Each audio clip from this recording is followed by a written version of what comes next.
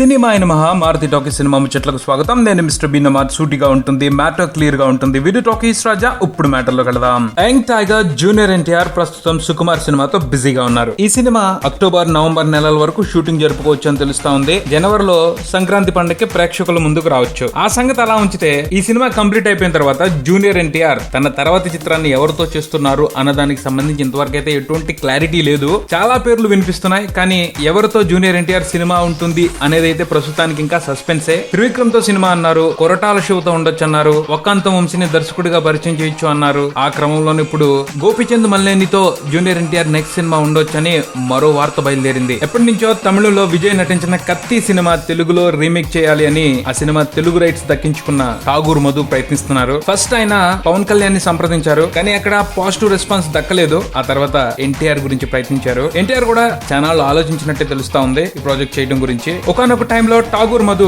కత్తిని డబ్ చేసి తెలుగులో రిలీజ్ చేయడానికి కూడా ప్రయత్నాలు చేశారు, కానీ మళ్ళీ మనసు మార్చుకున్నారు. ఎట్టి పరిస్థితుల్లో సినిమాని తెలుగులో రీమేక్ చేయాలని నిర్ణయించుకున్నారు. ఆయన ప్రయత్నాలు ఆయన చేస్తూనే ఉన్నారు. వాటి ఫలితంగానే ఇప్పుడు జూనియర్ ఎన్టీఆర్ గోపిచంద్ మల్లేని కాంబినేషన్ లో కత్తి సినిమా కథని తెలుగుకరించబోతున్నారని అర్థమవుతా ఉంది. స్క్రిప్ట్ కు సంబంధించి ఎన్టీఆర్ కొన్ని అనుమానాలు వ్యక్తం చేశారంట. వాటిని నివృత్తి చేసే పనిలో ప్రస్తుతం ఈ సినిమా ఒరిజినల్ వెర్షన్ కి కథ అందించి దర్శకత్వం వహించిన మురుగుదాస్ నిమగ్నమై ఉన్నారని తెలుస్తుంది. ఆ పని పూర్తి కాగానే తెలుగు వెర్షన్ కి సంబంధించిన ప్రీ ప్రొడక్షన్ కార్యక్రమాలు మొదలవుతాయి. సుకుమార్ సినిమా తర్వాత ఎన్టీఆర్ కత్తి రీమేక్ లోనే నటిస్తారు అని కొంచెం నమ్మకమైన వ్యక్తులే మాట్లాడుకోవడం కనిపిస్తా ఉంది. ప్రస్తుతానికైతే రూమర్ అని అనుకుంటున్నారు, కానీ ఈ సంగతి నిజమైతే చాలా బాగుంటుంది. ఎందుకంటే కత్తి కథ మామూలు కథ కాదు. ఇలాంటి సబ్జెక్ట్స్ అన్నిసార్లు అందరికీ దొరకవు. సినిమా కథలో కొన్ని రాజకీయమైన అంశాలు ఉన్నాయి. ఇలాంటి రాజకీయ అంశాలతో మనకెందుకులే తలనొప్పి అని మన హీరోలు వెనకడుగు వేస్తున్నట్టు కనిపిస్తుంది, కానీ అదో పవర్ఫుల్ సబ్జెక్ట్. ఆ సబ్జెక్ట్ కి సరైన మాస్ హీరో తగిలితేనే దాని వాల్యూ డబుల్ త్రిబుల్ అవుద్ది. తమిళ్లో విజయ్ చేశాడు కాబట్టే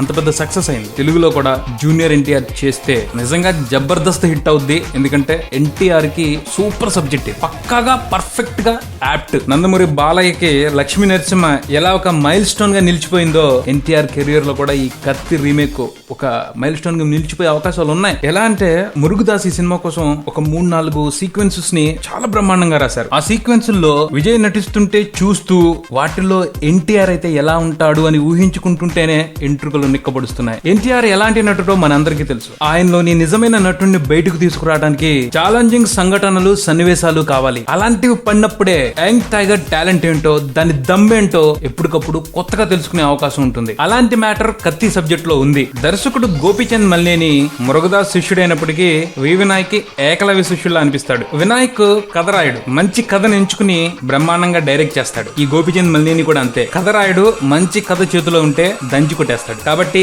కత్తి రీమేక్ కి అతను పర్ఫెక్ట్ డైరెక్టర్. చూస్తుంటే మంచిగానే అన్ని సెట్ అవుతున్నట్టు అనిపిస్తున్నాయి. ఎటువంటి విఘ్నాలు అడ్డుపడకుండా ఈ కథ సినిమాగా మారితే నిజంగా జూనియర్ ఎన్టీఆర్ కొత్త దమ్ముని ఫీల్ అవ్వచ్చు మన అందరం కూడా. చూద్దాం మరి ఏం జరుగుతుందో. ఇది బులెటిన్. మరో బులెటిన్ తో మళ్ళీ కలుద్దాం. Subscribe and keep watching Maruti Talkies. For me mister Ben Talkies Raja. Thank you.